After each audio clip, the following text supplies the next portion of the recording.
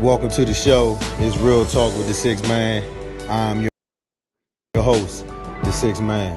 This podcast is uncut, unscripted,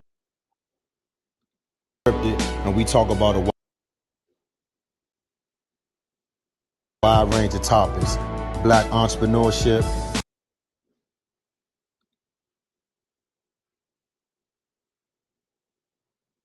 social injustice, education, finances, the family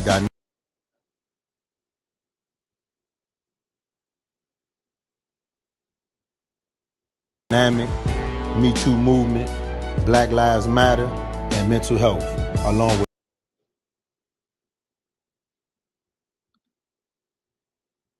many more. It's a real talk podcast to empower, educate,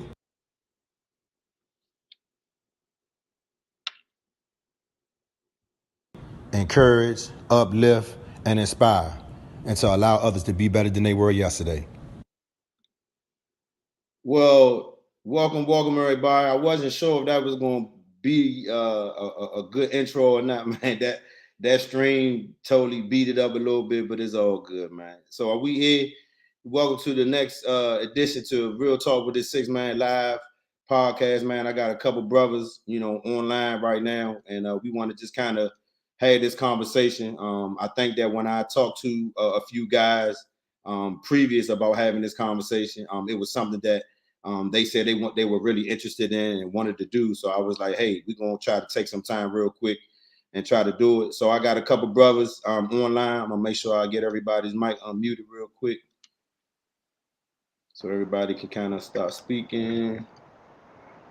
Unmute. All right. Is everybody mic unmuted? Can everybody hear me? Yep. Yeah, I can hear you. Okay.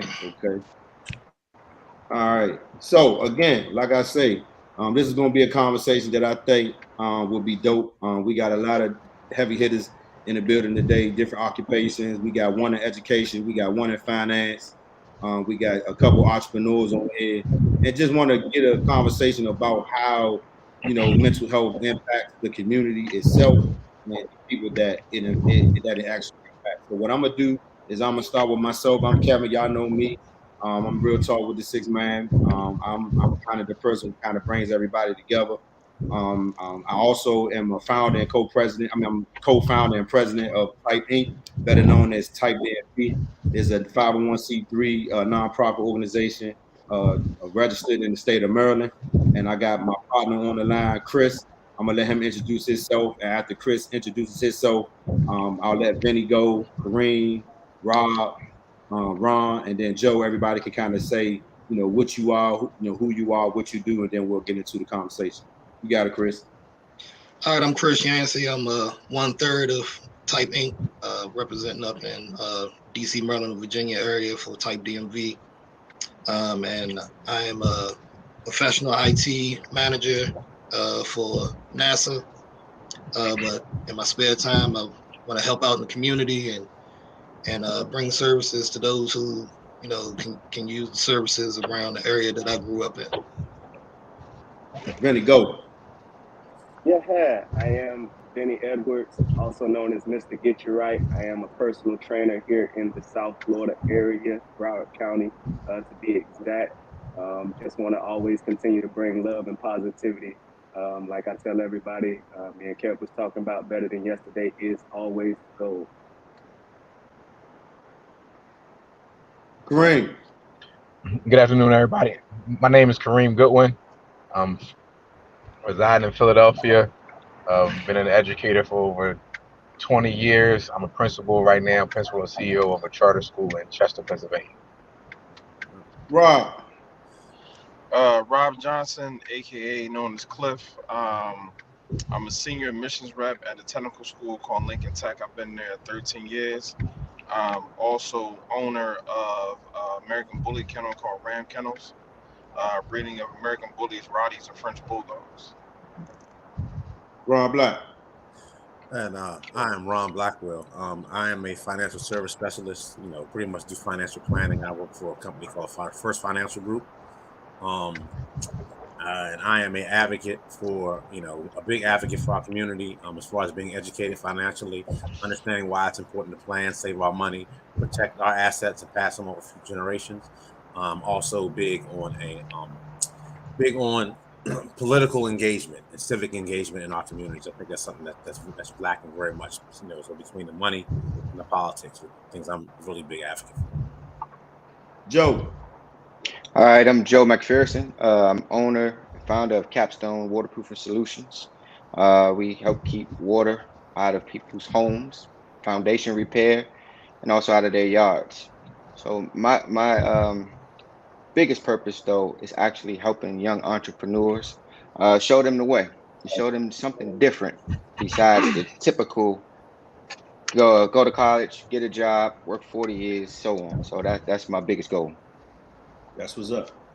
So as you can see, everybody has a different background and what makes us unique. I mean, we all are brown and brown and colored men, but we all have different aspirations in different areas of life. So I think that with this conversation being said, it'll be a lot, coming, the people who listening, it'll be a lot coming their way with different mindsets, different perspectives, and things of that nature. So to get right into it, we did want to talk about mental health today, and we wanted everybody to kind of, get an understanding of what we're going to be talking about today.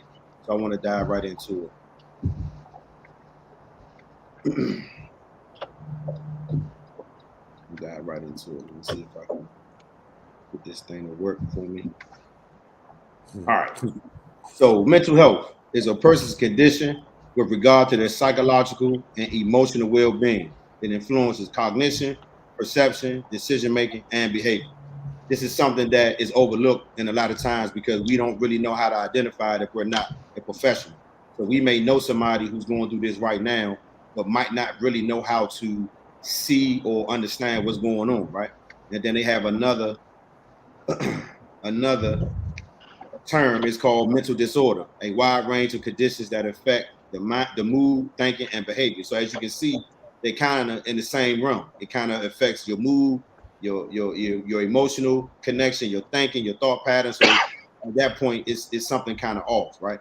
And so I want to kind of talk about a few most common types of disorders. And they also, again, call them mental illnesses. So we got clinical depression, anxiety, bipolar disorder, autism, post-traumatic stress disorder, and schizophrenia. So I'm gonna leave this here for right now, just so people can get an understanding of what we're talking about. And so again, even in DC, and now that I'm in Florida, it doesn't really change. If you have an issue, if there's a problem, it's going to show.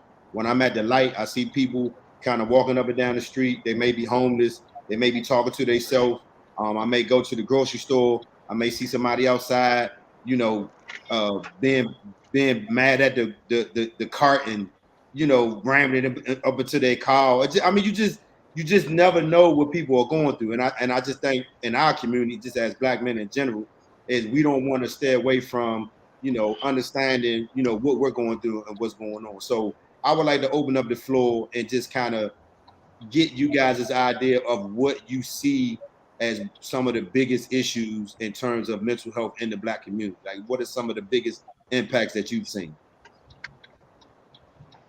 Anybody can go. I can start off. I've seen, as far as what I've seen in the Black community, I would say what I've seen is a lot of PTSD because of what people see at a young age, what you've been through.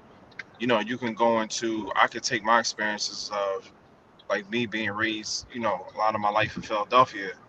You talking like at 6 years old. I think he froze up. I know. I didn't see cats overdose in the street. So you see a lot. You know what I'm saying? And that can mess with your mental as a kid as you get older because you're used to seeing that on a day-to-day basis. Some people replicate what they see. Some people don't. But that can affect you later on too, as far as how you grow up. Like for me, I always grew up aggressive. So when I moved my parents to Philly, all because of that, because at a young age, I can name you every drug dealer within a 6 block radius. We knew who the fiends were. We knew whatever. You know what I'm saying? Like you tell me I'm 6 years old, I'm fighting 13-year-olds. That's not normal. You know what I mean? So when I moved to Jersey, for me, it was a whole nother world. Like I was like, yo, y'all soft to humor. Like I didn't think certain things that they thought was funny. I'm like, that's not funny. You know what I mean? So it did that for me. So I can black community, I would say, where as men, black men, we are taught to be strong. We're taught to be providers. We're taught to not show any emotion. And that trickles down to us as we get older, especially we become fathers too, and Right. husbands, as friends. So like you gotta think, Kev Kareem, we went to DSU. You know how it was when we went there. Like and you can't so at that age we couldn't tell our friends like, yo, we going through stuff because somebody might have looked at you as being soft. They might look at you like, yo, what you mean you got these problems? And Mm. we didn't really recognize that until now we older and we grown men and we fathers. You know what I'm saying? So yeah, I can definitely see that. Hey, so I mean, Robert, kind of brought you in as our connection to Dale State. So, what do you see as an educator as some of the biggest challenges in terms of mental health?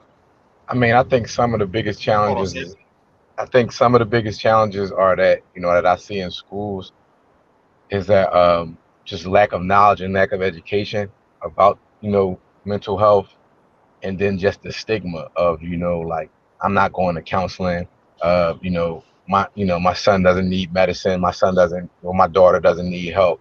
That's what I see the most um, in schools. I was just talking to my daughter about this the other day when we were talking about comparing generations around like mental health and like how um, I think the young people nowadays in school, they can identify mental health, but they don't have the scope and strategies to really help themselves in mental health. So like we didn't identify it, but I think we had, I won't say better strategies, but we know we had, extracurricular activities in our neighborhoods. We had, mentors with coaches and different things. The young people today, they own video games, they're on social media. They don't have a lot of outlets. Although we didn't identify as mental health, but we had kind of like different strategies to support us. So I think they're better at like identifying that they have an issue, but then the support and then how to cope with it is different. That's what I see in schools. All right, so Chris, just real quick. So, some of the stuff that we've seen in terms of when we go out and deal with the homeless people, because that's kind of been our first initiative in terms of being directly out in the neighborhoods. Even though we do want to help the youth, we want to help their families, we want to be a resource. Can you like kind of mention some of the things that you've seen thus far when you've been out in the streets and just tell us some of the main issues or concerns that you've seen dealing with mental health? So some of the main things that I've seen as we go around is just people having someone that they can go to. A lot of us don't. I think historically, as we look at our ancestors, who did they have to go to during the toughest of times? I'm talking about slavery and Jim Crow era. They were dealing with problems, so many problems, and if our parents weren't equipped with the tools to help that they got some assistance for the mental health issues and PTSD that they were going through, then were they equipped to really push us in the right direction, when we're going through something, you know what I'm saying? So I think we have a community of people, whereas we came out of slavery, we probably should have had some mental health given to us by the government as a people so that we can have a tradition of understanding that it's okay to express ourselves and get things off our chest. That's too much like right. That's too much It's like too much right. like right, but and it, like he was saying earlier about even around amongst your friends, not being able to, get something off your chest, because it's a sign of weakness. And as a community, a lot of the things that we see, we normalize it. You having to go fight a 13-year-old as a 6-year-old should not be a normal thing. Not It at should be all. like leave the youngin' alone, man. You know what I'm saying? That's but the murders, the drugs, all that stuff is kind of normalized. Like Kevin, I can remember when I first met you and T, y'all always had these shirts, rest in peace, such and such, rest in peace, and it was just like normal. You know what I'm saying? That type of stuff shouldn't be normal in our community. So the PTSD that we have is just like a normalization. You're not dealing with it because it's like an everyday thing. And I think like when I'm out in the streets and we see, the homeless, I think it's becoming normal to them to bottle things up, not being able to get it off their chest and deal with it so that they can start dealing with their issues. And as a community, we just need to be able to say to each other, "Hey, man, you can talk to me," especially amongst your friends. If you can't do it there, then are you really going to do it at all? So, I'm lucky to have a circle of friends that I can reach out to, but you know, at 21 was we really talking to each other in that way? I doubt it. No, we was drinking too fucking much. Exactly. I mean, we like one thing for sure, two things for certain. On this platform, we gonna always keep it a brick, Slim. I mean, yeah. When I tell people about drinking and partying, I'm like, you motherfuckers didn't do it like we did it. We did it. You hear me? We did it. You know what I'm saying? So there's no way. I do think that if we saw you, if your body language was a certain way, if we saw an expression on your face, you might have said, "Slim, you good?" And then you might have said, "Yeah, I'm good," and not necessarily knowing that you're dealing with something. You know what I'm saying? Because you don't really know what you're dealing with. And what we do, we man, you good? Yeah, I'm good. Let me get a drink. And now we self-medicate. Yeah. Hey, so back to what Chris was saying. In our communities, we tried the Black community, like you said, Chris, we didn't have access to certain things, but one thing we had was the Black church. So everything in church, we're gonna pray it away, right? Talk to the minister about it. Do this, right? We're gonna pray over it. There was a stigma versus going to the doctor. Like you said, the government, we weren't given like the healthcare and access to a system where we could go get mental health. And if any community needed it more than any other, it was ours, right? You mentioned it with the slavery, right? With the oppression. Look, I remember my mom telling me a story when I was in daycare. I went to a daycare when I was like 2 or 3 years old, right? And it was, a mixed daycare. And there was a young teacher, right? And I was playing like, kids play. And I was playing like with a little white classmate, a white girl, right? And we were like playing house, being a family. And the teacher literally told me, "No, you can't do that. You can't be her." Like they taught, like, and I'm like 3 years old. This was said to me in the school, and my mother got wind of it. The little girl got fired. But think about it.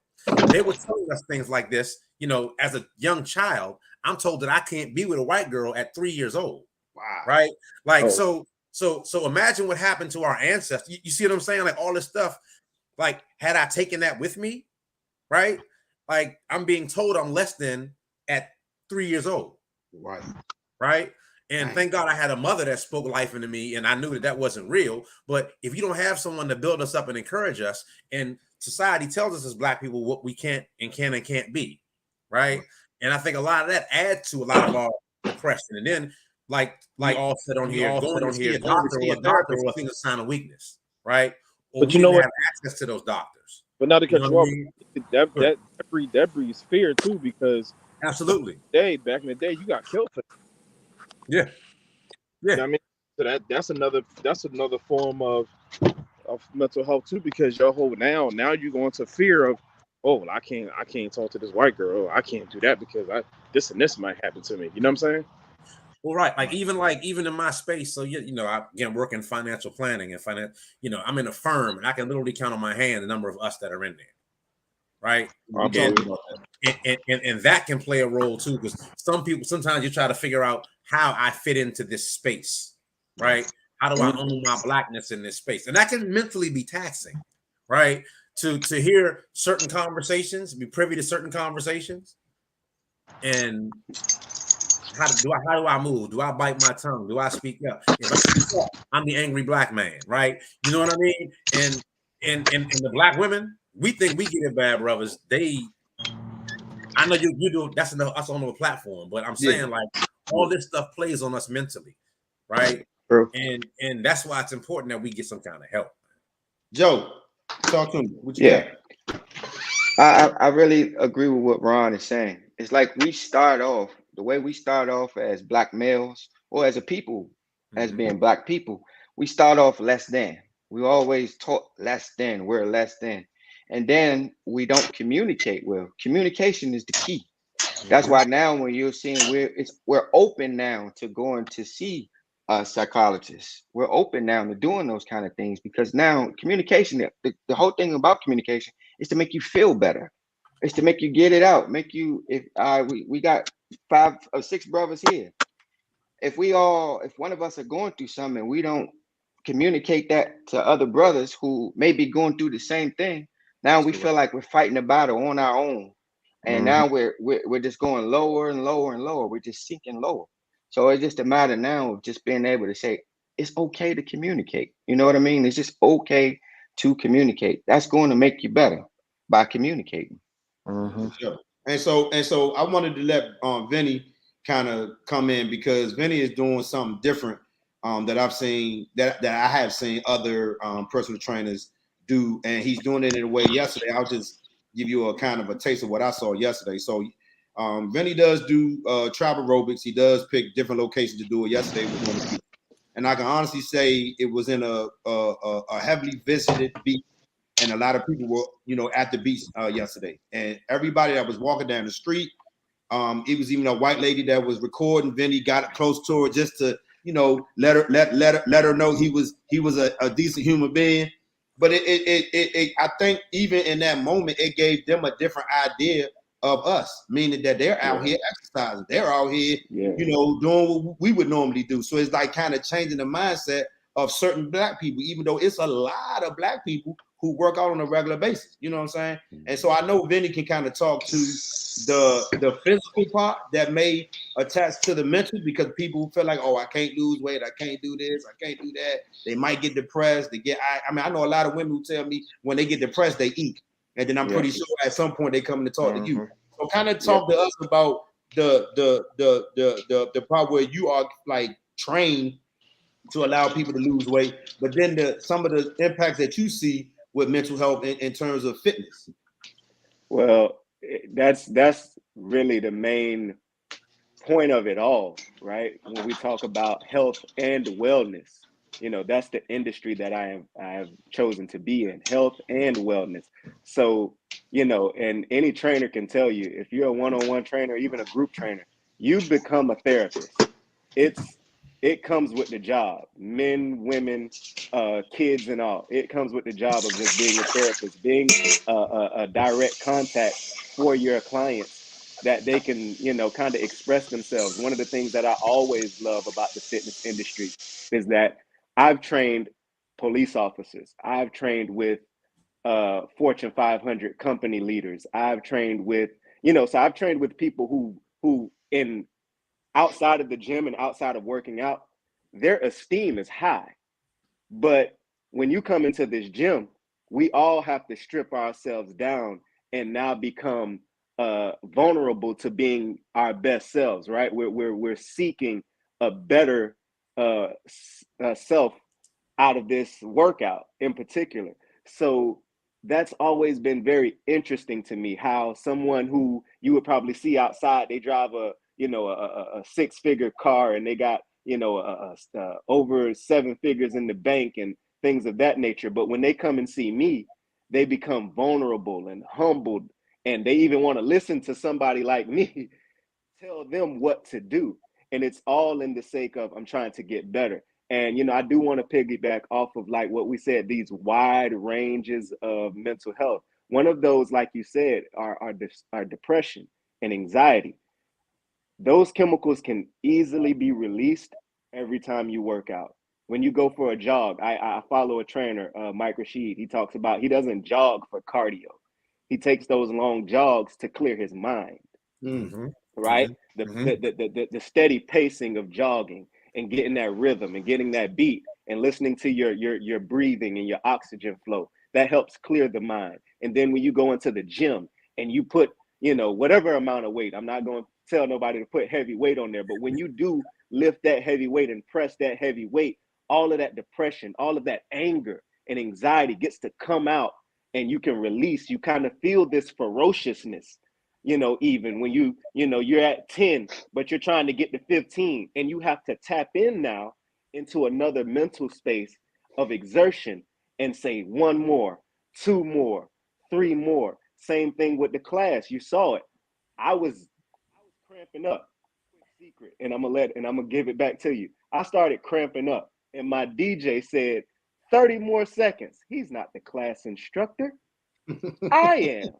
But this guy says 30 more seconds, and I'm over here faking like I don't have this cramp in my calf right now, so I can keep my people going. But that's where, like you said, that's the mental part of it, is how you can just release those endorphins, how you can just release those chemicals that, you know, plague us, the anxiety, the fear, the depression. You can really release those things every time you work out. And like you said earlier, you know, when it comes to coping mechanisms, working out is one of the best coping mechanisms for any of us, and it can start at the smallest age to the elderly. Mm-hmm. I'm sorry, Kevin. I want to jump in behind that because that was good. And you spoke about the idea of running to clear your mind. I think a lot of times we take in too much stuff, right? Yeah. You're watching social media, right? We're listening to the music. The music talking about we talking music talking about fucking bitches and guns, and like we're taking all this violent stuff in, right? And that feeds our psyche. Right. And it makes us more angry and aggressive. But sometimes we got to get to things like meditation, quiet time, reading a book, right? Like there's certain apps on your phone where you can listen to like just the seawater or the ocean, right? You know, we got to have times where we can like release and let go and disconnect. I think we're too plugged in sometimes. And this world is filled with so much anger and anxiety and division. And again, the stuff that we take in already as Black men has us, we're already somewhat on edge because of how we've been raised and all this stuff. We have to find a way to turn off, right? And like you said, working out is great. Exercising is great. Reading, I like to read, right? I'll read, you know what I mean? Sometimes just listen to music, right? And I say music like some jazz. I don't know any vocals. You know what I mean? Just something soothing to relax. Because I think that's necessary. But a lot of times, we don't understand that. We don't know how to decompress. Yeah, well, I want to follow up on that. One thing that has changed me is I actually have thinking time, where I put down. So if any obstacle I have at that moment, I write it in question form. I don't write it as I'm broke or I'm overweight. I write it as a question form. What I'll tell you like this. I say, what has to happen for me to reach X goal? And I write that down. And I take 45 minutes. I don't know music. I don't do it on the iPad. I do it on regular pen and paper. And I just write this option. Put a circle there. This option. By the time I finish that, I just feel so free. And then now I got a plan of action. So maybe I'll write down 50 things. Maybe 2 is what I need to solve this issue. So that's just something I just wanted to share with the group. I appreciate it. That's good stuff. I mean, because honestly, I think that a lot of the stuff that we've been through, and let's just talk about the challenges, you know, whether we've been incarcerated, whether we got robbed, whether we had a traumatic event, like nobody had an opportunity to share with us what we needed to do after that event. Like we just keep talking about, you know, self-coping and things of that nature. I mean, I've actually seen people lose their life right in front of my eyes on more than one occasion. And so that's not something that, you know, I'm going to go and talk to my mother about. That's not something I'm going to go and talk to my brother about. It's something that we just, you know, in our community, we deal with it. We self-medicate. We wake up the next day and we try to keep it going. But I was on a group setting. I do a group open room in the group on Wednesday nights. And the young lady in there, she is educated in social work, I believe. Was it social work? Psychology. And she was saying how when we have traumatic events, this is your hand. All it is this. And if we don't deal with it, now we just doing this. And then next event, we just doing this. And next thing you know, when it's time to unpack, like when they say you need therapy, it's time to unpack. Now we peeling back the layers of the onion because we don't pack so much stuff in there. And so just at 40 years old, it was a guy in the group. I don't think he'll mind me sharing this, but it was a guy in the group. He mentioned that he saw his father kill his mother. And, you know, we all kind of got quiet, like, oh, shit, right? And then he's kind of talking. And as he's talking, our group member is like, but you know what? I can still hear that you haven't dealt with that 6-year-old kid that saw that. I mean, you might be a grown man now, you might be paying your bills, you might be taking care of your son, but you haven't taken care of yourself in that aspect. And I think that a lot of times we don't. And until we hear from somebody that gives it to us a way, one, we can understand, and then two, really hear it. I mean, by the time we were done talking, he literally was like, well, what's EAP? Let me see if I can go to my job. I mean, because at that point, he like, man, maybe I really do need to talk to somebody, because he was mentioning some stuff to us that was going on in his life, how he would get upset, how he would handle stuff, why he went to jail, his reason behind going to jail. And it was just like, wow. I'm like, oh, okay. And so just talking and again, I'm humble because it was a safe space. I wasn't expecting for that to come out, but it being a safe space and we talking to each other and we support each other, we encourage each other. I was happy that he was able to kind of get a different mindset. Like, maybe I do need to go talk to somebody. Maybe I do need to go handle this. Maybe I think I got it all together, but I really don't. You know what I'm saying? So I think it was important that she was able to be. I mean, I'm a believer now that everything happens for a reason. She was on, and for some reason, Rob, he came on later on. And it kind of, we had technical difficulties and it went away. But for whatever reason, the conversation was so deep. It wasn't so deep where like you missed anything. You were just sitting there like, damn. And then people just started like, damn, well, maybe I need to go to counseling. Maybe I should go to and going to counseling does not mean it's something wrong with you. Going to counseling just means you want a professional to help you figure out, you know, different ways of looking at stuff. Not necessarily saying that you got an issue. You know what I'm saying? So I don't want people to get it twisted, like just because you're going to counseling means it's something wrong with you. And I mean, honestly, if there is an issue, then it has to be diagnosed first. That's the first. I mean, it has to be diagnosed. Then you go along with the process. But I know for me, you know, living where I grew up and things that I've saw, I mean, PTSD for sure. I mean, I want to honestly say that some of the shit that we've seen in our lifetime, like, not saying that we can't get help for it now, but what are some of the things that you guys saw growing up? Chris, I'll start with you since we, you know, kind of when we met, that shit was. I mean, I could just think about going to the Met to see Essence, and that was it. That was started off. The what was we bringing? The First Connection. Oh, First Connection, big cups. Man. And so as a grown man now, and some of the stuff that you've lived, some of the things that you've gone through, what are some of the challenges that you've seen yourself go through, and how did you overcome them? And kind of talk us, like, you know, just so that way people can know that, you know, we all go through shit, and it's okay to talk about it. You know what I'm saying? I mean, you don't have to let out, you know, too much, but just give us an idea of what you kind of dealt with and some of the challenges that you went through. Yeah, so at a young age, growing up on 18th place, I mean, you know, we saw murders.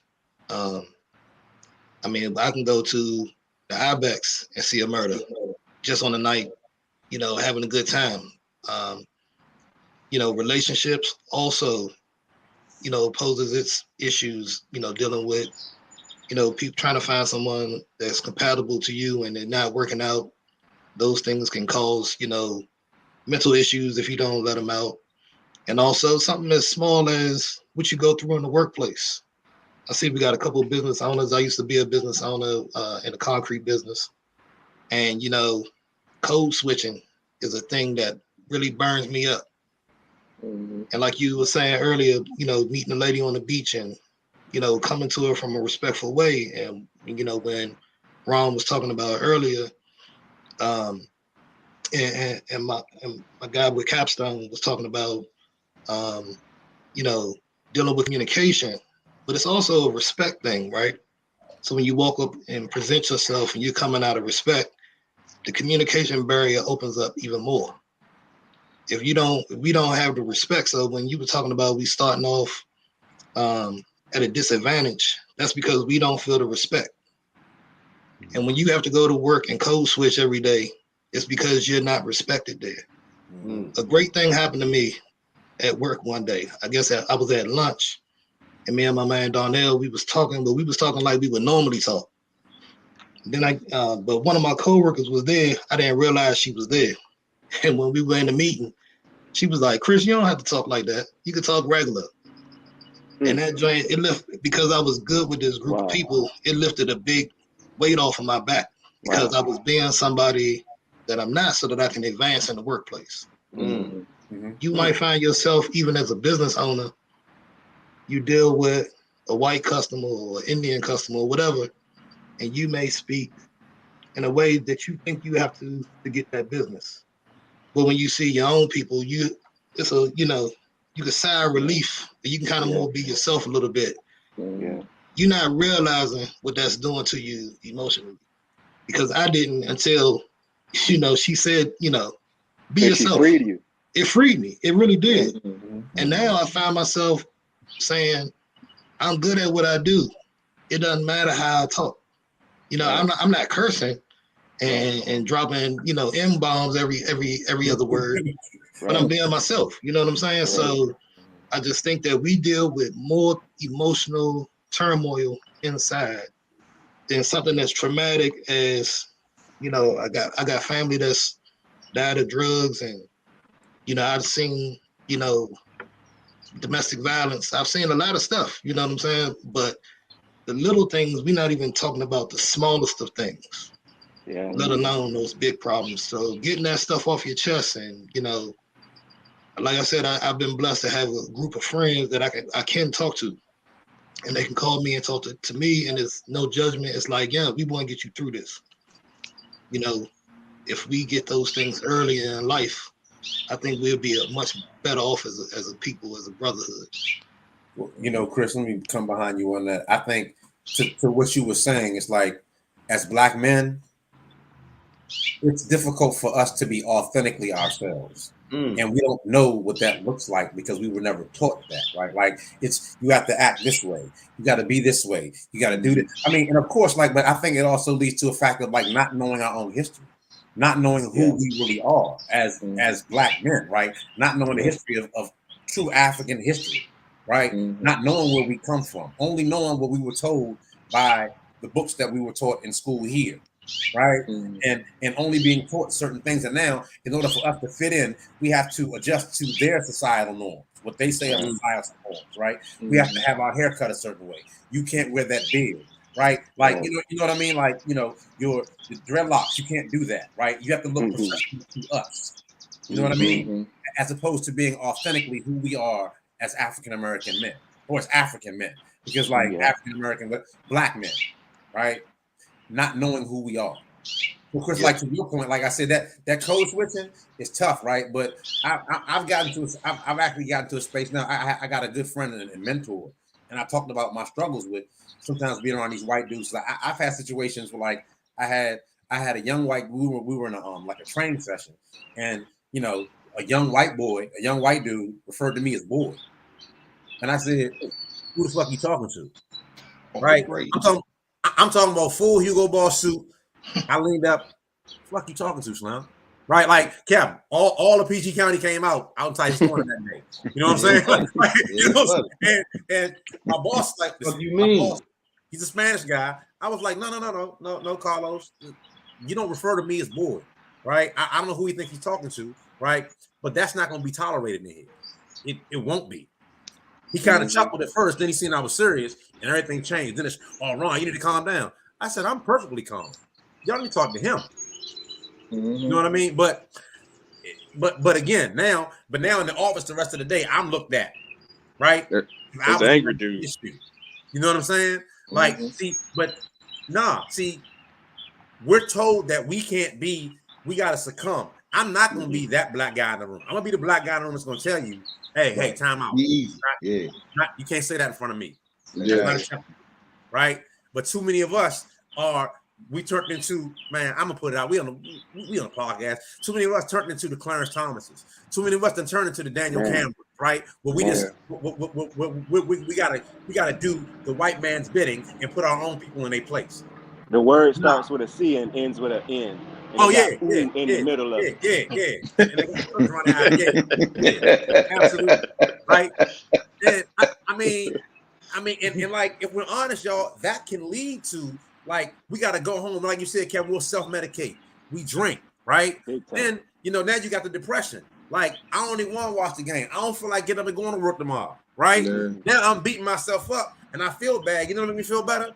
Fuck it, take another drink, right? Now I'm developing an alcohol problem. You know what I'm saying? Because I don't know how to face the world, and I don't have nobody to talk to, right? Like we gotta address this stuff, Joe. Like it's difficult in this world for us. Like this is what leads us to these self-imposed things, right? But you know, you can't fix a problem if you don't admit that there's one there. That's right? true. That's it. That's true. And you know, I know for me, when I had to admit that I had a problem, right? It took me a long time to admit it, but once I got to the place and I admitted it, amazing thing happened is that I found that there were thousands of people that literally went through the exact same problem, right? And they were able to help me out because they had already been there, right? I couldn't talk to somebody that never been there, so I had to go to somebody that had that experience. And Kevin, you know me, I get real biblical when I say I thank God for that. Like Christ gives us, sometimes Christ will give you a cross to bear or a burden or something for you to go through, not just for you, but for you to be able to save somebody else, right? Mm-hmm. So I literally got connected to somebody that had the same problem, and it wasn't just like telling me what to do. They literally got down in that foxhole with me because they've been through everything and they helped me get out. You know what I'm saying? And I think that's something that we need, like as brothers, right? Is to understand that things that we go through is not for us, but once we get out of it, it should be our responsibility to help somebody else get out of that same situation, man. Absolutely. So I put up a question because I kind of got stuff on the side, and as we talk, I'm kind of putting it up. And I think we at this point now at what are some barriers that prevent Black men from, one, not acknowledging that they need help, and two, talking to somebody that they trust to guide them to get the help that they need? What are some of the barriers that we see that's, you know, kind of hold us back from even getting the help that we need? I'm gonna say fear. Mm. Fear is the biggest thing, because like we all been talking about, it's the fear of being judged by your peers. Ooh. Mm-hmm. Yeah. It's the fear of being judged by your family. People saying, "Oh, what you need a therapist? What, you crazy? What's wrong with you? Ain't nothing wrong with you. You just need to go ahead and just deal with that." But like Kev, like you said, when you talk to the psychologist, what does she say? You put your hand up. What you doing? You just patting it down. You putting it on top. You put it on top until one day what happens? Like for example, somebody gave me an example of not somebody. If you watch the movie Concussion, when he talked about guys having CTE, it's kind of like getting a PVC pipe, right? And you put concrete in it. At some point, that concrete has nowhere to go. Yeah. That PVC pipe gonna pop. And that's what happens. What you see, that's the barrier of you have all these things going on and going on and going on and going on. And then you want to say something, but it's like, okay, well, I can't say something to this person because they're going to think it's funny. Or I can't say it to my mom because my mom going to think, boy, shut your ass up. Go ahead and, you know what I mean? Go, you know what I'm saying? Like, yo, it's always something of, well, damn, who do I go to? Yeah. Then like my man was saying earlier, you go to the church. Some people don't feel comfortable doing that. Some people are not spiritual, religious people. So it's like, then who do you go to? Next thing you know, you drinking. Next thing you smoking. Next thing you know, your aggression level comes up because Kev could have said, yo, you good? Like, what the fuck you keep asking me if I'm good, man? Right. You know what I mean? Like that shit comes out, and then it's like, yo, like, chill out. Like, I'm just asking you good. Right. It's always that fear of the unknown of what happens if I do go to counseling? What happens if I do ask for help? You know what I mean? Like, somebody gonna make fun of me, somebody gonna backlash it. Is it gonna get on social media? Because now I can't tell to Chris, because Chris gonna tell this person, Chris gonna tell Chauncey. I don't want Chauncey to know I got this problem. You know what I'm saying? Like it's always that fear of the unknown, what's going on. But I want to talk about something real quick. But he was talking about as far as the on and off part of life as far as work. I had a situation at my job where I've been there 13 years. So everybody know when you first get into a job, you trying to press everybody, you trying to do what you gotta do because you don't know if you're gonna lose your job. I had a situation where I had a brand new director. He came in, he was on some like, I'm king, I'm powerful, white dude. Wow. I'm in the office, I'm quiet. I got a rule in my office. If you hear me listening to R&B and jazz music, I'm in a calm state. If you hear 50 Cent, Meek Mills, don't come in my office. We're going up. Yeah, like, I'm not in the mood today. You know what I'm saying? So he did some shit where he was yelling at a female coworker. I stepped up and was like, yo, what you doing? He was like, "You need to mind your business and sit down." Oh. I did one of these. Who the fuck you think you talking to?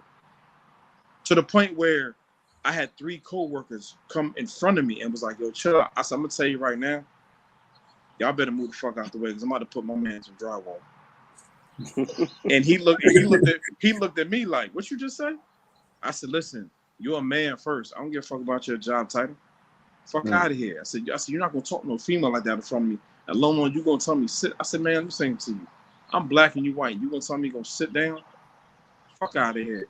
From that day on, like you said, I was an aggressive black dude in the office. Now, mind you, now I got a new director. He came and I heard him talking to somebody. He goes, "Oh, I love this position because it's a sense of power." So he thought, oh, he could say little slick shit to me, and I would hear him.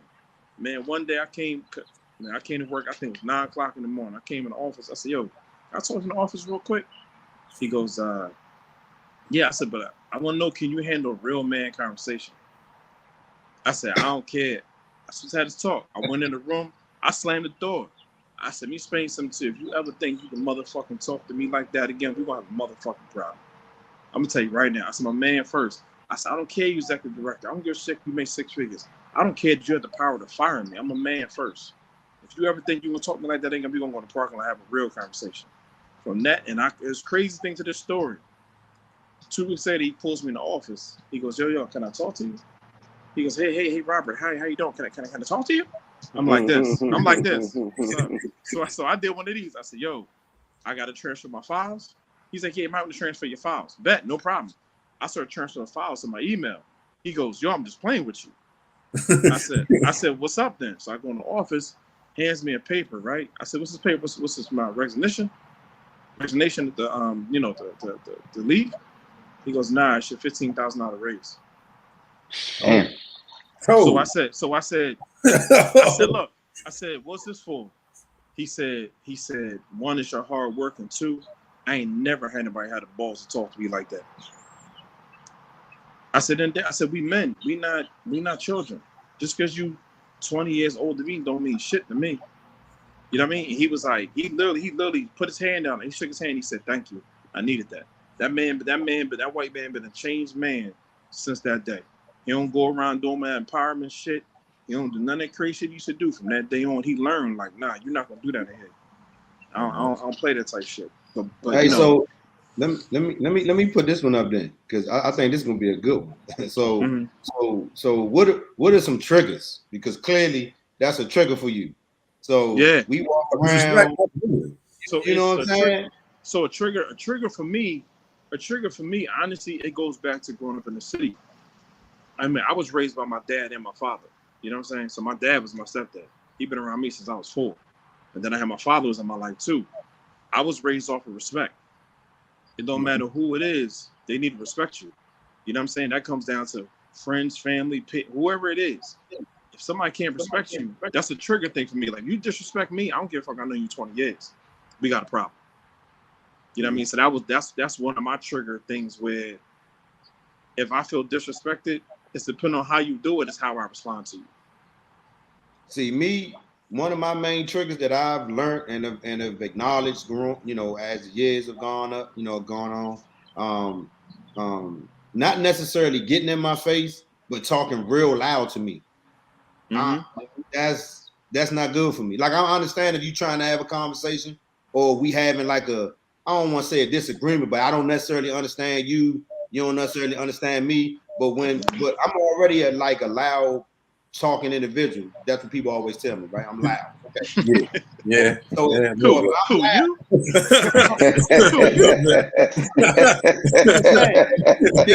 I'm loud and your loud get over mine, we got a problem. It's a problem for me. So I'm just curious to know, we're gonna go around the room. Rob mentioned his, I mentioned mine. Vinny, what's a trigger that would make you, behavioral change? I'm gonna say the same thing Rob said. It's a lot of different forms of disrespect. You know, I don't know. Well, I heard Philly. I know there's some DC. So here in South Florida, they love to call this a melting pot. And you know, a lot of the cultures, if you're Mhm. not mindful, a lot of the different cultures don't have the same respect factors that we may have. So there's things like tone of voice, Yeah. getting in my space. You know, I grew up in the give me 50 feet era. You know what I'm saying? Back up off me. Before Yeah. there was social distancing, it was give me 50 feet. Like, I don't even understand why you so close to me, no matter what you're doing. But definitely insulting my intelligence, Oh, talking to me like I've always prided myself on, you know, just having emotional intelligence as well as, you know, education. I'm not slow. I'm not stupid. I'm not dumb by a long shot. I am a smart black man. I am an educated black man, degree or no degree. And that's how I carry myself. I tell people all the time, I carry myself and I give respect because that's how I demand my respect back. So anything outside of that is gonna definitely cause a problem for me.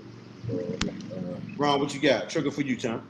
oh, man. I think it's going to be the sentiment around the room is the respect and different ways that they show the lack of respect, whether it be Yeah. passive aggressive, you know, the passive aggressive, right, the acting like you didn't say what you said, you know what I mean, or you know, ignoring you, right, like the little small subtle disrespectful things, you know what I'm saying, like or like not acknowledging you speaking, not acknowledging your voice and your opinion, right, like those. Wait, who we talking about again? I mean, anybody's, man. No, I mean, any people. I mean, it I'm happens fucking with everywhere. you. You know what I I'm mean? Like, fucking with you. I'm fucking I with know, you. but I'm like, fucking with you. yeah, you have, yeah, everywhere. You know what I mean? Like, that's for me. You know, I think it's definitely the lack of respect. Like I said, don't talk to me like I'm three. You know what I mean? Like, you know, talking down to, right? As if I'm beneath you. No. You know what I mean? Like like Vinny just said, I'm very intelligent, right? You know what I mean? Like I got out of elementary school. You know what I'm saying? Like don't talk to me like I'm still in it. You know what I'm saying? Like that kind of stuff, man. Those disrespectful triggers, man. They Hey definitely bring Joe, out. so since I've known you, you've been a mild mannered dude. So I'm curious to know. I'm curious to know some triggers for you, man. I'm waiting. What's some triggers for I'm you that change that mood or that attitude, man? I'm with everybody with respect, but the form of disrespect is lying to me, man. I Oh, hate it when somebody lies to me, man. Like you if you questioning my intelligence, you basically have no respect for me. If you're gonna sit up and lie to me in any personal business, like that's to me, that's one of the bigger forms of disrespect. When you, absolutely. I'm saying non-physical, that's the biggest form of disrespect. To lie to somebody, you can't be within your truth. Mm. So that's my trigger, man. Lying. Look, I see your hand. You Yeah, like, nigga, man. yeah, What? man. He was like I'm this. ready, man. He was He's like, man, got me fucked up. tag me in. Hey, Tag Hey, me in. look, it must have been somebody that did that shit yesterday. He was like, man, got me This fucked up. motherfucker. Hey, Chris, what you got? What's the trigger, man, that kind of alters your mood, man? What's the trigger that kind of fucks with you a little bit? For me, I think it's respect, but I mean, it take a lot to get me mad. Like, you know, I deal with a lot of the stuff that Ron talking about. I just don't deal with them people. Like, you know, so it take one time for somebody in the hallway not to speak back. I won't speak to you no more. That's me. And Mhm. that's just who I am. You know, I got enough real good people around me not to need somebody else to be validating whether or not, you know. So because it takes so much, when I get to that point, I feel like you're going out your way to make me have a problem with you. You know, so That's deep. probably the last time I dealt with that, I ended up on house arrest. So Man. that's a whole nother story. Man. So yeah, we ain't good. Would you mind sharing? nah, I mean, you know, y'all, you know about it, but you know, it's just I try to, and actually I went to counseling after that, and you know, one of the things that my counselor was saying was that because you let all that stuff roll off and you deal with it in that way, when you do blow up, you might end up hurting somebody. So, she was really telling me you gotta let that, you gotta find folks you can let stuff go to. And not to cut you off, Chris, but sometimes you hurting yourself, because it's been times where I've blown up, and after I'm done, my motherfucking head is banging, my motherfucking heart racing. I got to sit down. Like you hurting yourself too. Yeah. No, I would have definitely been hurt if I would have really had to do 17 years. So, just absolutely. things worked out in a way where, so, if I would have got things off my chest to somebody, maybe I wouldn't have been unloading that issue that I probably took on from multiple people on this one person. See, and Kevin, and I'm sorry, Chris, but Kevin, that goes back to the previous question you asked us, part 1 and part 2, right? Like, part 1, we talked about the, fear. There's also a pride thing, because African American men, we got a lot of pride, right? Black men, we filled with pride, and so much to the point, again, y'all, pride goes before the fall, right? A prideful man, right, it would normally end up falling on his face because he's too prideful to ask for help, or too prideful. You know what I mean? Like pride is dangerous, right? And a lot of times pride keeps us from getting the help. And then talking to someone they trust to guide us when we need help. A lot of times as black men, we don't know who to trust, right? Oh, watch this though. And it's funny you always do this to me, man. Look at this next question. So how do we engage those friends and family members when we see the change behavior? Like we see it coming. We start to see it regularly. How do we? Because like Rob was saying, you ask me too many times. I'm like, man, what the fuck you keep asking me that for? I'm good, but nigga, you not good.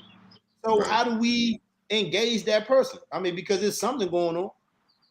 I think that situation, it's the right time to have that. You got to catch somebody at the right time to have that conversation. I had a situation where my daughter was born September 16th, 2003. All right. My grandmother passed September 15th, 2003. So my grandmother passed while my ex was in labor with my daughter. I didn't find out until 6:30. I didn't find out until 6:30 in the morning, September 16th. You know what I mean? So with me, my grandmother was my everything. My grandmother basically raised me. You know what I'm saying? My mother was around, but I was with my grandmother all the time. So this goes into what we're talking about. So with me, for years, every September 15th, I would black out. Like, I ain't go to work. You couldn't call me. I wouldn't talk to you. I would literally zone out for 24 hours. Like, I ain't want to be bothered. And it was so crazy. One day, I met my wife. We met, the wife I'm married to now. And she caught me on the side of the bed where I was shaking. Like I was sweating and everything. Because I was getting angry. And she left me alone. And one day we were sitting down and she was like, I think you need help. I said, what you mean? I was like, well, I mean, I can't cap the same thing. Like, what you mean? I'm good. She's like, you're not good. You're not letting that out. Her death is still messing with you. So it took, and it's crazy. I never went to a therapist. It actually was a good friend of mine. His grandmother passed. So with me, we got to talking, and I started shaking, and our anger starts coming out. And he said, bro, whatever happened, you got to let it go. Like, you can't keep doing this every year, because what I was doing, and I believe energy. Like Kev said, I was getting so angry, I would fall asleep anywhere. Bro, I could be in my truck, my car, that energy level go down, I'm like this. I would just go out.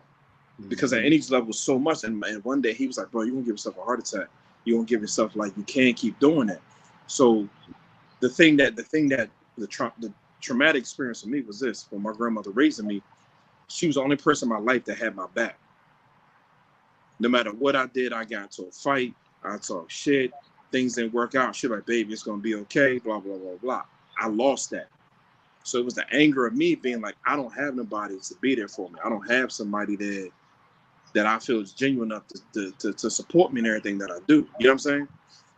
And then my boy was just like, yo, he was like, why do you think that's only people around? Just her. He's like, my nigga, I've known you 20 years. You know what I'm saying? And it dawned on me like, damn, I got friends out here that became brothers that can support me in the same way that she did. And then I started reaching out to certain friends, just talking to them, and like, yo, man, I apologize around this time. And they're like, nah, bro, we was nervous on how to approach you about it because we was concerned about you. Yeah. You know what I mean? And then finally, they knew how you would react. They knew how you would react. Because, like, yo, I'm talking like, nigga, look, not to cut you off, but look, I got niggas on here right now that used to have discussions about parties and shit, and I'll be like, where the fuck was I at? Nigga, we couldn't take you, nigga. You always yeah. Like, what? Dude, that's terrible. Yo, and I'm gonna tell you real quick, and it's so crazy. We gotta leave K-Dog homes now. We trying I know. And it's crazy because I do remember a situation where I was in my previous marriage and I had one of the episodes and I took a drive. And I'm at a light. I went to Philly. I used to go to this park, the same park she taught me how to play tennis at. So I'm leaving the park at Fairmont Park, the Chamonix Park, not the Chamonix, Chamonix Park. I'm leaving. I'm going to my neighborhood, and I'm sitting there. Homeless dude kept talking to me. I'm like, yo, leave me the fuck alone. Like, go somewhere. Man, I beat the shit out of this dude, yo. To the point like I'm holding his head, bro, up, and I'm punching him. I'm watching his nose just. I'm still punching him, and I'm like, the dude was like, yo, what you doing? I'm like, yo, shit. Like, I just lost it. So, you know what I mean? I was like, yo, and then the next day, I'm like, my knuckles hurt and they swollen. I'm like, yo, what the fuck happened? I'm like, oh, shit. You know what I'm saying? Like, you know what I mean? Like, damn. Dude, bro, I used to black out. I wouldn't go to a bar, nothing, because I knew that one person that was like, yo, it was a wrap. So I definitely, you know what I mean, see that. I wanted to come in and be like my man's with the scriptures. There's a scripture, I believe it's a proverb, that says, by my love and kindness, I draw thee near to me. Basically, when you trying to help somebody, you know, you wanna reach out to them with love and kindness, you know, and like we said, prideful black man, I don't want you just, why you checking on me like you checking on me? You know, our antennas go up as, you know, are you trying to be funny? You trying to, you know what I'm saying? You trying to say something about me? You saying I'm crazy? What? So when you come at somebody, and everybody who knows me know that's the first thing I'm trying to lead with is love. I don't care how long I've known you. You know, I could have known you for a day. If I can lead with love into bringing you into a better mental space, that's the goal of mine. So, you know, the first thing when it's a family or friend, you know, hey, you know, let's hang out. Let's have dinner. They don't have to even know what's going on. You know, they don't have to necessarily know your intention. But, you know, like you said, free them from a space. My man, September 15th, you know, he's gonna shut himself down. So he might need to be freed from that space where, you know, we can meet, come to the house, you know, come have, you know, some time with me. Let's break bread together, you know, and of course, Kev, no, you know, we might smoke one, we might drink one or something like that. But in the midst of all of that, there's another purpose behind it because I'm trying to talk to you. And that's how I do my friends. You know, we have every month where it's like, hey, let's meet, you know, whether we drink, smoke, eat some food, whatever. You know, it's really about a check-in. You know, how you been doing this month? What's going on with you and yours, your kids, your spouse, whatever, you know, the job, you know, get that off, you know, talk to me, talk to us. And let's also come to some conclusions. Let's come up with some positive reinforcement. You know, I got some real bullheaded friends. Like these cats is, you know, stubborn up here, but it's more so about me just kind of like penetrating that with love and another avenue that they can understand so that we can get to a place of resolution. Because I got friends, I don't want to keep seeing you doing the same thing over and over. Because guess who is going to fall back on? Me as your friend, me as your brethren. You going to come back to me, man, I done did this again and we done got a whoop-de-whoop. And I ain't trying to hear that over and over again. And I'm honest about that. I don't want to hear you did the same thing again. That's stupidity. And now I'm going to start letting you know into a place where you might get angry with me. So before we got to get to the angry conversation or the hard conversation, I'm trying to get to it right now. Let's handle this in a meek and a mild way, so where we can come up with positive resolutions for you and yours. Sometimes, we gotta figure out a way to identify in, right? Like people don't care about how much you know till they know how much you care, right? So sometimes, like you may have a friend, like you gotta just be strategic with your friend, know who they are, right? Like if you know what's going on, you've experienced something similar, y'all may get the one-on-one. Maybe you need to share your stuff, right? Because see, once they hear your stuff come out, that may bring the wall down. Now they'll be more likely to share their stuff, right? People identify with that authenticity amongst each other, right? Now, because it's not judgment. You see what I'm saying? Like they don't want to tell you because they're afraid of being judged, or like, everybody's super defensive. You know what I mean? They got their best Floyd Mayweather guard up. They don't want you coming too close. You ask too many questions. You see what I'm saying? Now they get frustrated, right? But if I share my stuff, just maybe you'll share yours. And now we can come to a space where now you feel more comfortable and feel safe. And now you're likely to share with me. And if I can't help you, let me point you to somebody that can, right? Because listen, I've been there too, right? And it's okay, but you can get through it. You don't have to stay in this space. But like you said, that's why we got to lead with love, right? Like calling people out in front of, like, especially when they're like that ain't love. People, that ain't love, right? That's just you being an asshole. That's like people say, that's just the way I am. No, you're just an asshole. Like, you're an asshole. Like you don't really care about them if you want to embarrass them or you want to call them out. That's not love, son. That's just you being a prick. You know what I'm saying? And so we got to figure out like who our friends are and try to identify in and make it a safe, comfortable environment. And like sometimes the conversations will get difficult, right? But even when they get ramped up, you can't turn up with them. Nope. Because like when both of y'all escalate, it's nothing's gonna get solved. It's gonna get worse. Right, exactly. But like even if they escalate, you still gotta respond in love. But that's what it takes a lot of patience. You know what I mean? I know I gotta pray about it a lot of times with a lot of people. You know what I'm saying? Because if we're not in the same space, right? I gotta respect where they are, meet them where they at. Even if they go off, if they get emotionally hot, then they come crashing down. I gotta still be the steady influence in that environment, right? That will lead to them feeling safe and comfortable around you, right? Opening up and not match. Like I hate that I'm matching their energy. That's the worst shit in the world. Cause I don't want nobody. Your energy, if you're not, I'm glad you said that right there. I'm not gonna let you get me out of my square. You see what I'm saying? That's a good thing to bring. That's a good thing that you brought up. No, I'm glad you said that. Yeah. Yeah, cause that's not that ain't it. You know what I'm saying? So let's keep it a brick. So we've had these conversations. I know I've had some with you. I've had some with Hood. I've had a couple with Chris. I mean, just depending on what the situation is, because I mean, I ain't gonna say I was one of the drunkest niggas on every night, but I was one of the niggas that always needed to be talked to. Nigga, why the fuck you do that shit? Like, fuck you talking about? What the fuck I do? Nigga, like, you don't even know what the fuck you did last night? Nah, fuck you talking about? So it's one of the points where, one, as we get older, I don't think our mindsets are the same. I mean, even though we probably still may have some shit that we dealing with, ultimately our thought process isn't the same because now we got long-term careers that we in. We starting to have kids.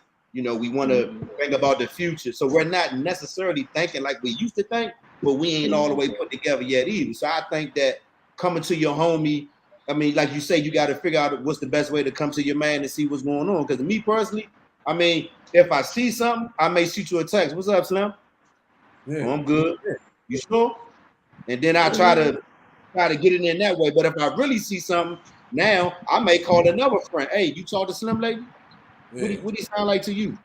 You want to call him on three-way? You know what I'm saying? Just because it ain't we trying to be in your business.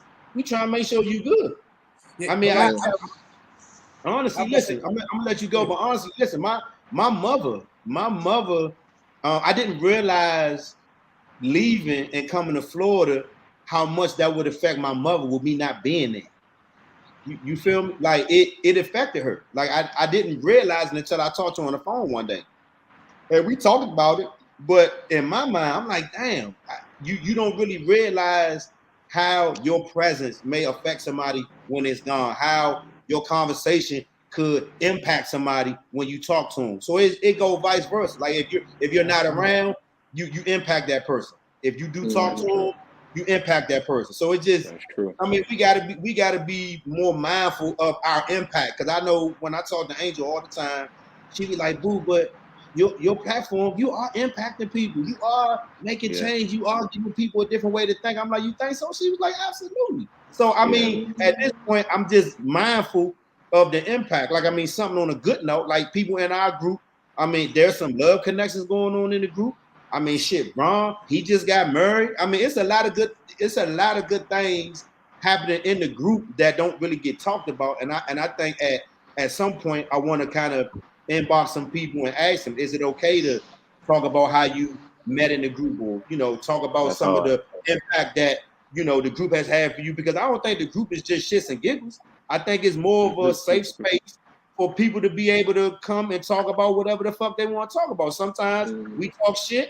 And sometimes when somebody puts something up, it may be 100 comments because somebody like, well, I didn't do that, and I look at it this way, and I did. Well, no, I dealt with this, and now it's a big ass conversation.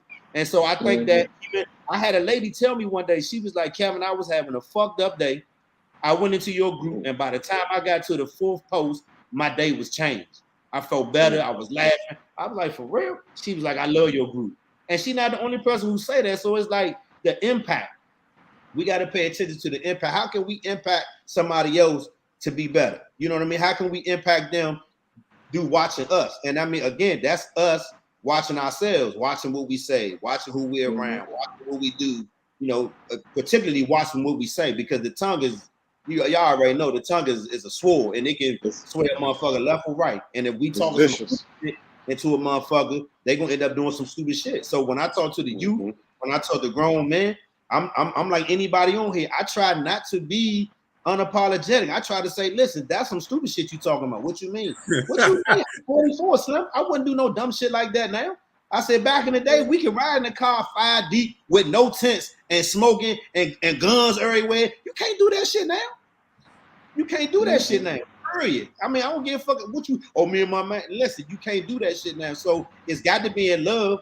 I mean, one, but then you got to mean what you saying. You got to be relatable. Yeah. If a motherfucker can't relate to what you talking about, I ain't listening. This nigga don't know the fuck you talking about. That's why I felt so bad when I couldn't go to Baloo, somewhere where I graduated, to talk to the kids, because I'm not the suit and tie nigga. I'm the nigga that know your uncle that got locked up. I'm the nigga that stopped your baby father for beating up his baby. You know what I'm saying? I'm that nigga. I'm the nigga that the kids really want to talk to. I mean, on the flip side, we can't talk about business. I got LLCs with an S. So we can talk about business and we can talk about free, either way.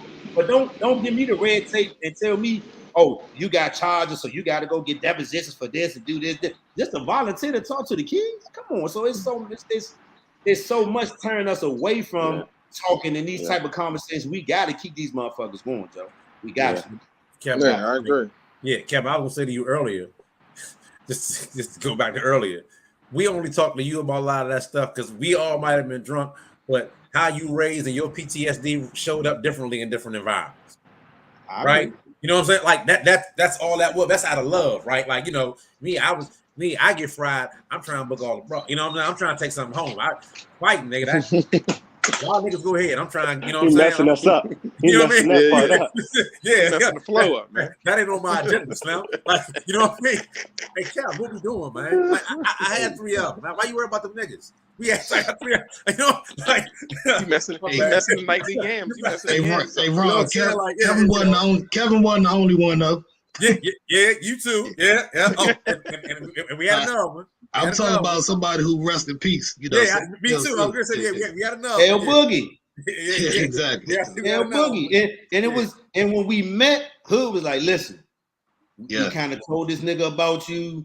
I don't know if it made him mad, but when you meet him, just be easy. I was like, what you mean? He could be mad at me? And then the nigga found out who my brother was. It was all love. He was like, oh, you childhood brother? Well, I bet. So it's that underlying mutual respect. The word that kind of comes up when we continue to talk is that mutual respect, man. Like, men, these relationships, these conversations, all respectful. Like, we all are on here respectfully speaking from our experience, speaking from opinions, shit that we've been through, and it's all respectful. And so I think, mental health should not be that conversation that has to be awkward. Mental health should not be that conversation where I can't talk about, like, we got to talk about this shit. I mean, I was telling Angel one night about, you know, being in a 23-and-1 situation. She was like, boo, what's that? I was like, that's when you're in a prison cell for 23 hours a day and 1 hour out, and you might not get that whole hour. Depending on who the CO is, he might be an asshole, might let you get 10 minutes on the phone, and might tell everybody else to go back in their cell.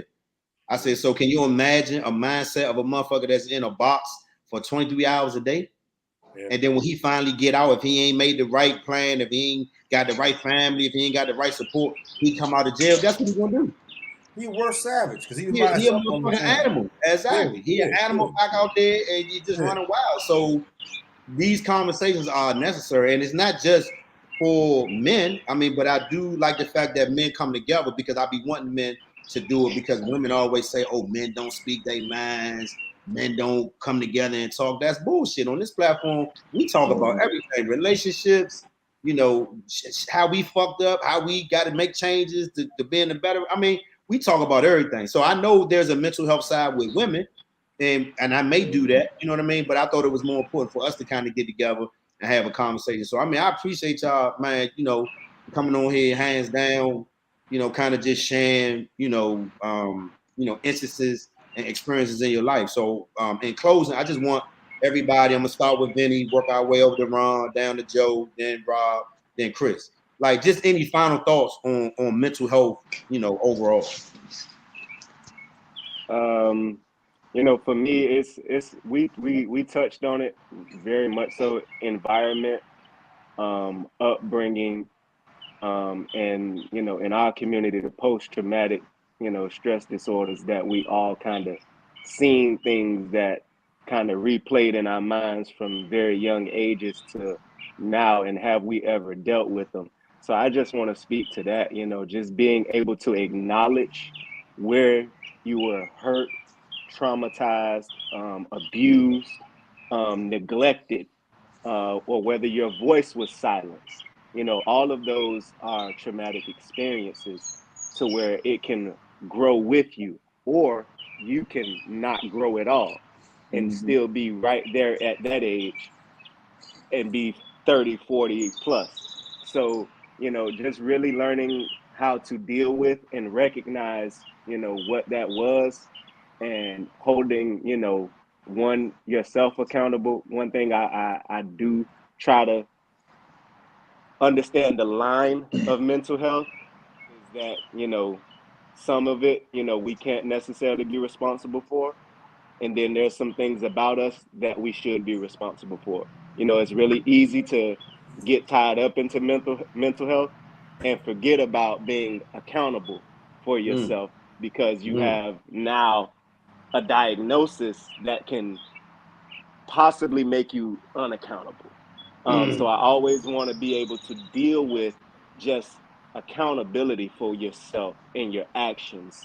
And like we've said, because we're here now and we're talking about things that have hurt us, we're talking about things that have set us back. Acknowledge that, know that about you, to the positive reinforcements. Black. Yeah, for me, I was ready to go right where he just went about the self-awareness, right? I think more people need to, you know, do as best you can, spend time being self-aware, right? Okay, am I angry? Am I this? Am I that? Becoming self-aware, right? Being able to identify. Then once you can identify, then you can go get the help necessary for yourself, right? Because, you know, like, you know, we've all had traumas. We've all had stuff through our childhood, right? We all had stuff that affected us through childhood, right? But that doesn't mean that stuff has to stay with us and has to define us for the rest of our lives. We have the ability now to get the help because we know it's there. And once we get the help and we can start working on ourselves, then I think we also kind of have a responsibility, right, to go and impart some wisdom into some younger folks. Like Kevin just said, he wanted to go back to the guys around Blue where he came from, right? And Kevin, you will be the best example for them because you're from there. They can identify in, right? This is how we save ourselves and save our community.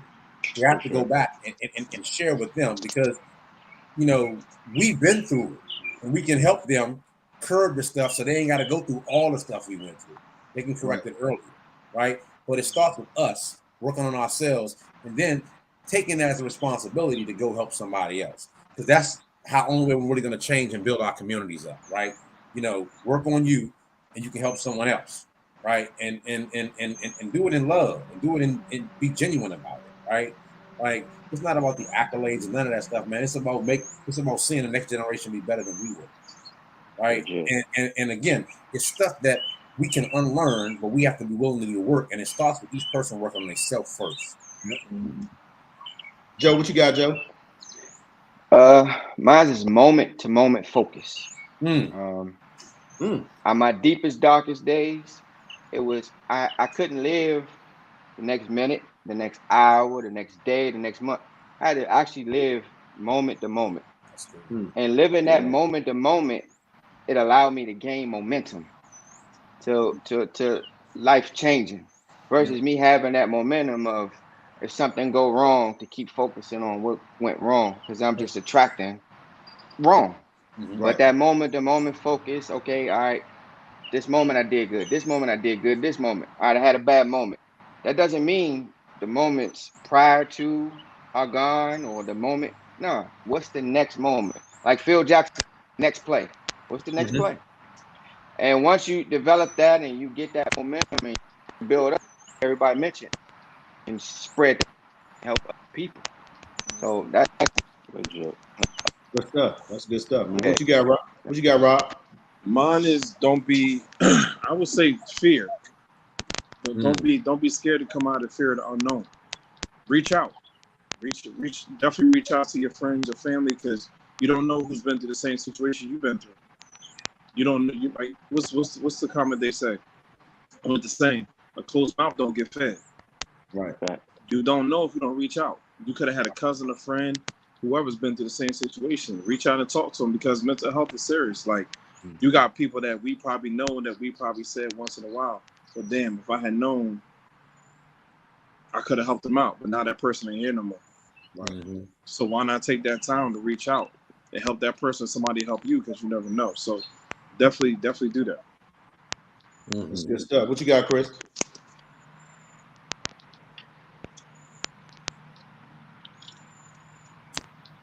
Chris, you on mute? We can't hear you. My bad. Now I was saying, I'm gonna end it by showing love to you guys, man. What you doing right now, Kevin, using this platform to reach out to people who look like us, to say we go through what you go through. You know, we've had our own issues, and sharing it with our own community is a step where people that look like us, that's younger than us, can be like, oh, it's okay for me to do that. Right. You know, we were talking about, you know, the women asking the question, why don't we share? You know, it's, you know, for me, it comes from a woman to be tough. My mother, you know, you going out there, don't be a crowd there crying. Don't be out there, somebody hit you, hit them back. Don't be weak.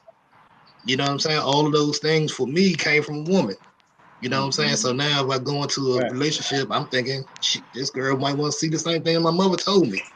Right. You know, so, you know, dealing with those things on a platform like this will kind of give insight to other people who may have questions or trigger other questions, you know, and help us all seek the help that we need so that we can become better men, better fathers, better brothers, better uncles, whatever we are, better friends to those in our community, and bridging the gap in with other cultures to say, you know, this is who we are, and you gotta like my man saying, you gotta accept me for who I am and pay me the proper respect that I'm owed, so that we can have dialogue in a respectful way. Don't beat the shit out you. I'm sorry.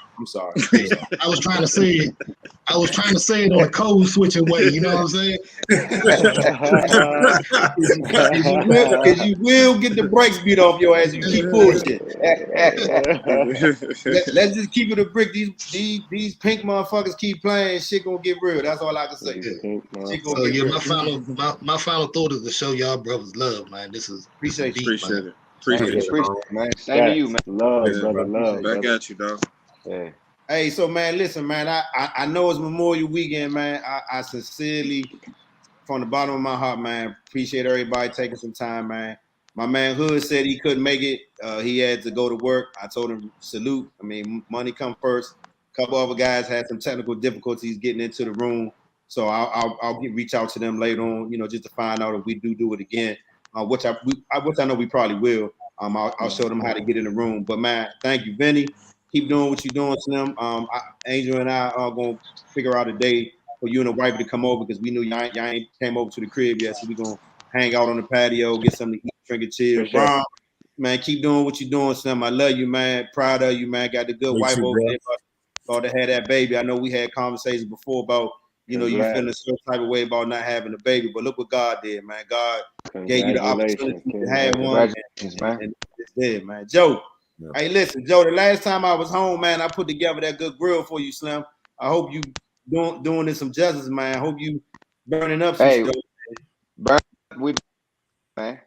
All right. Hey, Rob. Rob. So I did want to say, man, thank you too, man, because I know a lot of times we don't give people flowers, but man, it's been some times that when me and you was going through some hard times in our relationships, man, we would hit each other on the horn every now and then, back and forth, just to kind of make sure we wasn't losing our shit. So I always wanted to say thank you for that, man, because you kept it 100. I mean, even though people say, "Oh, I fuck with this nigga at school," or "I fuck with this nigga," I'm like, nah, Rob, one of the niggas that I really fuck with. I remember me and my ex-wife came all the way to New Jersey to a motherfucking dog show to fuck with you. So that's all love, man. For sure. Hey, Chris, Chris, you already know it's no need to explain, Slim. We was the motherfucking First Connection twins, cuz. You already know what it was, man. But I am proud of you, Slim. I mean, even though things didn't work out in similar situations, man, to see you and Kendall, y'all got the crib, the dog. I mean, it's a beautiful thing, man. So I'm just happy that everybody is living the life that they said that they wanted to live, man. And, everything is working out the way it should, man. So again, I appreciate everybody. Ron, you had something? Look like you had something. Oh, you sure? Oh, okay. So I just again, man, I just appreciate all y'all, man. This thing gonna be live on YouTube. It's gonna be live on Facebook. So if y'all know anybody that may want to, listen to it, hear it, you can give them the link, so they can replay it and share it, man. And I hope, y'all just finish enjoying the rest of y'all weekend, man, and be safe. You too, man. Be safe. All right, fellas. Blessings, family. All right, cool. Say bless, yo. All right, fellas.